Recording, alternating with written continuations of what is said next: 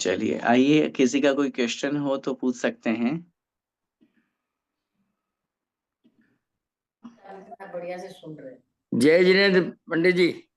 हाँ, जय जिन अंकल, उत्तम क्षमा। उत्तम क्षमा के साथ जी। हम इतना ही पूछ रहे थे, जो अपना जो श्रवण संस्कृति में हमने जो 15 कंप्यूटर दिए थे, आप कभी देखे कि वो वर्किंग कर रहा है कि नहीं कर रहा है, उसमें जो लेडीज वाला, गर्ल्स वाले में? हाँ बिल्कुल, मैं परसों नरसों ही जाके आया था। वो अच्छे से वर्क कर रहे हैं और बहुत अच्छे से वहां पर पूरा सिस्टमेटिक हमने कंप्यूटर लैब बनाया है और वो चल रहा है काम। आप लोगों से मैं निवेदन करूंगा कि आप कभी भी जयपुर आए तो एक बार जरूर उसको विजिट करें। और मैं भी अभी थोड़ा ये नए साल में अभी थोड़ा सा बिजी हूँ, 2-3 दिन। नए साल में हम भी आपको वहाँ का एक वीडियो शेयर करेंगे जिसमें वहाँ की जो गर्ल्स हैं, वहाँ की जो बहनें हैं, वो उस कंप्यूटर्स का यूज करते हुए कैसे अपने आप को और अधिक शिक्षा से जोड़े हुए हैं, वो हम आपको जरूर शेयर करेंगे। मैं 16 तारीख को आ रहा हूँ। Most welcome uncle. आप चलो वहीं रहिएगा, चलो। मैं वहीं ओके। आऊँ। हाँ विकास जय भैया। जिनेन्द्र, उत्तम क्षमा। चलिए। जय जय उत्तम क्षमा। ओके, अरिहंत मित्र मंडल के नाम से भी हैंड रेज हुआ है। जय जिनेन्द्र पंडित जी। जय जय पाटिल भैया। अ, पंडित जी, एक प्रश्न आया था, तीर्थंकर कौन से, मतलब कौन से नरक से तीर्थंकर प्रकृति का जीव जन्म लेता है? तो पढ़ने में आया था प्रथम 3 नरकों से। शायद हमारे कौन से अ, हमारे कोई एक राजा थे ना, श्रेणिक राजा, वो शायद प्रथम नरक में ही है ना अभी। तो हम्म। फिर मैंने, मतलब प्रथम 3 तो मैंने 3 पे लगा दिया और 3 का उत्तर करेक्ट आया। लेकिन मेरी जिज्ञासा है कि प्रथम 3 नरक या 3 नरक से, तीसरे नरक से ही जीव तीर्थंकर गति का मतलब बंद करता है, ताकि सभी को क्लेरिफाई हो जाए। ठीक है, जय समझ गया मैं। जय। देखिए, सबसे पहली बात तो तीर्थंकर प्रकृति का बंध तीसरे नरक से नहीं करता। अपन थोड़ा सा कंसेप्ट क्लियर करें।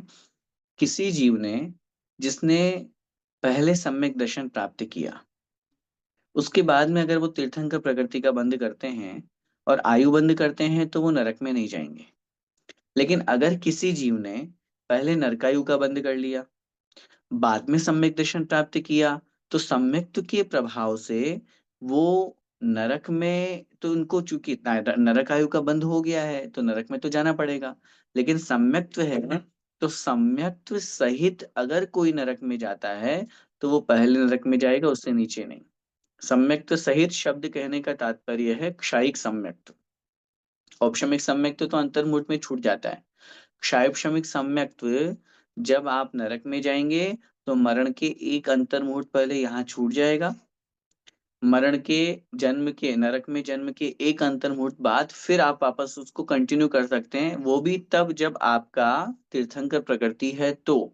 नहीं तो क्षायक्षमिक सम्यक दर्शन का कोई नियम नहीं है। तो कहने का तात्पर्य ये है, क्षायिक सम्यक दर्शन के साथ में हो तो पहले नरक से नीचे नहीं जाएंगे। लेकिन अगर कोई क्षायोपशमिक सम्यक दृष्टि है और क्षायोपशमिक सम्यक दर्शन के साथ में उन्होंने तीर्थंकर प्रकृति का बंध किया है, और चूंकि पहले नरकायु का बंध हो गया है तो जाना तो पड़ेगा नरक में, तो मरण के समय वो सम्यक दर्शन उनका छूट जाएगा। लेकिन तीर्थंकर प्रकृति का बंध हो रहा था और वो भी तीर्थंकर प्रकृति का बंध सम्यक दर्शन के साथ ही होता है, तो वो भी रुक जाएगी तीर्थंकर प्रकृति का बंध।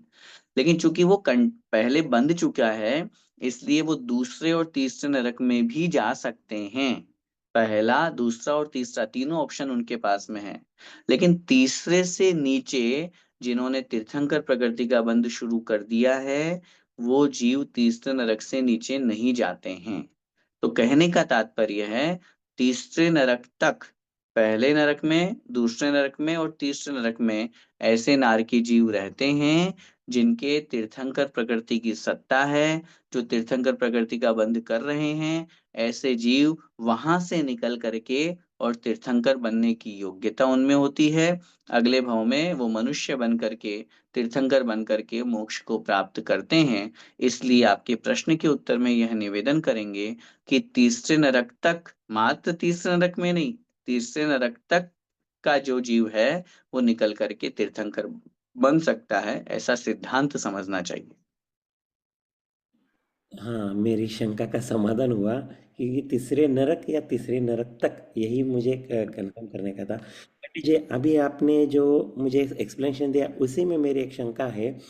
नरकायु में अल्प आयु है नहीं, जितना आयु है उतना तो बनना पड़ेगा, लेकिन स्वर्ग में अल्प आयु है ना?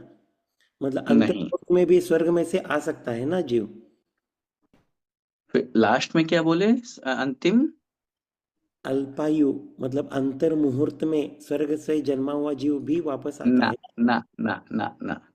पहली बात तो अल्प आयु का मतलब होता है कम आयु, और कम आयु का कोई डेफिनेशन अपने यहाँ पे नहीं है। आयु तो आयु है, लेकिन हाँ इतना जो हम कहेंगे, नरकायु और देवायु में जो आप आयु की बात करेंगे तो वहां 10,000 मिनिमम आयु है। पहले नरक में 10,000 मिनिमम आयु है। ऐसे स्वर्गों में अगर अपन स्वर्ग की वैमानिक देवों में चले जाएंगे तो वहां तो पल्य पल्य की मिनिमम आयु है। लेकिन जो भवनवासी है या व्यंतर है, ज्योतिषी देव हैं, उनमें मिनिमम आयु, देवों पूरी देव पर्याय की बात करेंगे तो 10,000 वर्ष की है। तो वहां से अंतर्मुहूर्त में वापस लौट के नहीं आ सकते। 10,000 वर्ष तो मिनिमम है, चाहे वो स्वर्ग हो, आई मीन टू, चाहे देव पर्याय हो, चाहे नरक पर्याय हो। तो वहां 10,000 तो मिनिमम है। और सम्यक दृष्टि जीव जब अपन पैदा होने की बात करेंगे तो वो व्यंतर भवनवासी और ज्योतिषी में पैदा नहीं होता, वो तो वैमानिक में पैदा होगा, देव पर्याय में। और वैमानिक में जब आयु को प्राप्त करेगा तो वो तो दो सागर कुछ अधिक, सौधर्म और ऐशान स्वर्ग में। तो इस तरह की आयु उनको प्राप्त हुआ करती है। तो वहां कम आयु या अंतर्मुक्त की आयु का सवाल नहीं है। धन्यवाद पंडित जी। पंडित जी, एक अंतिम प्रश्न पूछता हूँ क्योंकि बाकियों को भी समय मिलना चाहिए। नरक की भूमि इतनी मतलब खराब है कि वहाँ पे पैर रखते ही 100 बिच्छुए काटने जैसा होता है। जब सीता का जीव वहाँ पे लक्ष्मण को और रावण को संबोधने गया, तब उनको वो चुभन जी महसूस नहीं हुआ? प्रश्न आपका बहुत अच्छा है। सबसे पहली बात तो, नरक की भूमि का स्पर्श करने पर 100 बिच्छुओं का नहीं, 1,000 से भी अधिक बिच्छुओं को काटने का जो कष्ट होता है वो उनको सहन करना पड़ता है। बिच्छू सहज से डसे नहीं तिसो। पंडित दौलत राम जी ने भी लिखा है छेड़ाला में, तहाँ भूमि पर सत दुख इसो, बिच्छू सहज से डसे नहीं तिसो। वहां की भूमि का स्पर्श करने पर इतना दुख होता है जितना दुख हजारों बिच्छुओं के एक साथ काटने पर होता है। तो 100 नहीं, 1,000, पहली बात। दूसरी बात, सीता का जीव देव पर्याय में है, 16वें स्वर्ग में प्रतीन्द्र बना हुआ है। तो वो जब देव है, तो देव वहां की भूमि का स्पर्श क्यों करेगा? वो तो वहां पर गया और वहां रह करके आसमान में या आकाश में जो खुला स्थान है वहां पर खड़े रह करके, वहां स्थित होकर के उन्होंने उपदेश दिया। उपदेश देने के लिए उनको कोई बैठना, पाटा चौकी लगाना या प्रवचन देना थोड़ी ना है। उपदेश देने का मतलब संबोधन करना। तो इसलिए वहां की भूमि के स्पर्श का उन्हें कोई दुख नहीं होगा। वो दुख तो उन्हीं नारकियों को होता है जो वहां रहते हैं, जिन्होंने वहां जन्म लिया है। न केवल भूमि को स्पर्श करने का दुख नहीं होगा, बल्कि वहां की शीत और उष्ण का भी उन्हें कोई दुख नहीं होगा। एक उदाहरण समझिए, बड़े पंडित जी दिया करते थे। जैसे जेलर है, एक जेल है, जेल में कैदी है जो सलाखों के पीछे है, और एक जेलर है जो बिल्कुल आराम से कुर्सी टेबल पे अपना काम कर रहा है। पाटिल भैया, हाँ, सुन रहा हूँ। जेल में कैदी भी रह रहा है और जेल में कैदर भी रह सॉरी जेलर भी रह रहा है। बताओ, जेलर को उतना ही दुख होगा जितना कैदी को होता है? वातावरण तो वही गंद बदबूदार वातावरण तो वही रहेगा। ठीक है, और बस बाकी उस कैदियों को जो कष्ट है वो जेलर को कष्ट नहीं है। हाँ तो ठीक है, ये एक एग्जाम्पल है, उदाहरण हमेशा एक देश हुआ करते हैं। ठीक है, अपन एक उदाहरण के रूप में समझा कि वो वहां रहेगा तो उसको बदबू आएगी या वो सब चीजें, लेकिन उसको तो सैलरी मिल रही है भाई, उसको तो पैसा मिल रहा है। तो उसको कष्ट क्यों होगा? जबकि वो पीछे सलाखों के पीछे है तो उसको कष्ट है। दैट्स ऐसे ही वहां पर समझना चाहिए कि वहां पर कोई भी देव जो पहुंच रहा है उसको कोई कष्ट नहीं होता है, क्योंकि उसने उस कष्टों के लिए नरकायु का बंध नहीं किया। करेक्ट। वो तो उपदेश देने जा रहा है, संबोधन देने जा रहा है, अपना काम किए, अंतर्मुठ में वापस आ गए, उनको रहना थोड़ी ना है वहां पे। नारकियों की जैसे भूख प्यास है, नारकियों की जैसे बदबू है, नारकियों की जैसे व्यवस्था है, वो है ही नहीं वहां पे। क्यों? क्योंकि वहां और पढ़ेंगे और डेप्थ में जाएंगे तो देवों को तो श्वासोच्छ्वास बहुत लंबे समय में आता है। हम्म। जितने सागर की आयु होती है उतने पक्ष में उनको श्वासोच्छ्वास आता है, उतने पक्ष में। जिसकी एक सागर की आयु है वो 15 दिन में एक बार श्वास लेता है, 15 दिन में एक बार। तो ऐसे सिद्धांत है, ऐसे नियम है, अपन को वैसे ही समझना चाहिए। क्योंकि वहां पर वो जिस भावना से, जिस लक्ष्य को लेके जा रहे हैं वो अपना पूर्ण करते हैं। बल्कि कष्ट का अनुभव देवों को नहीं होता है, नारकियों को ही होता है, क्योंकि उन्होंने ही उस कर्म का बंध किया है, उन्होंने वहां पर जन्म लिया है, उनको ही वो कष्ट भोगने के लिए स्थान मिला है। इसलिए अन्य को वहां पर कोई कष्ट नहीं होता है, ऐसा समझना चाहिए। बहुत बहुत धन्यवाद पंडित जी। जय जितेंद्र।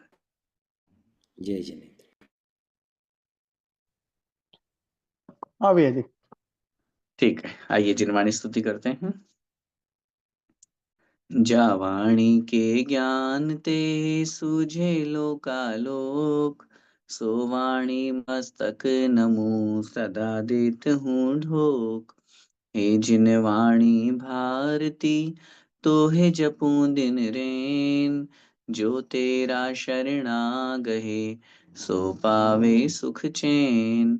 देव भजूं अरिहंत को गुरु सेवा निर्ग्रंथ, दया धर्म पालूं सदा यही मोक्ष का पंथ। नौबाण मुकर।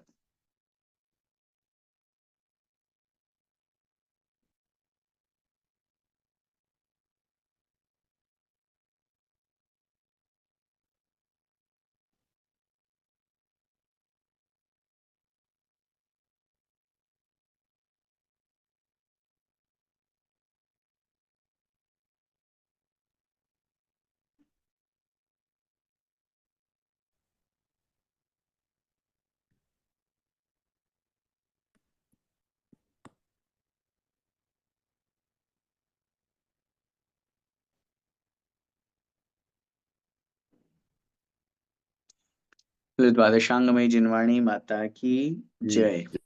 संत शिरोमणि आचार्य भगवंत 108 श्री विद्यासागर जी महामुनि राज की जय। जय जय जय परम जय। पूज्य गुरुदेव निर्यापक श्रमण मुनि पुंगव श्री सुधा सागर जी महाराज की महाराज की जय। जय। परम जय पूज्य गुणायतन प्रणेता श्री प्रमाण सागर जी महाराज की महाराज की जय। जय। जय अढ़ाई जय दीपस्थ समस्त महामुनि राजों की जय। जय जय सभी को जय जिनेन्द्र। जय जय जिनेन्द्र। जय जिनेन्द्र। जिनेन्द्र जय भैया जय जी। उत्तम क्षमा। जय जिनेन्द्र। जय जिनेन्द्र। जय जिनेन्द्र। हाँ पंडित जी 16 तारीख को आप रहिएगा, जी। ठीक है ना? जी। ओके। जय जिनेन्द्र।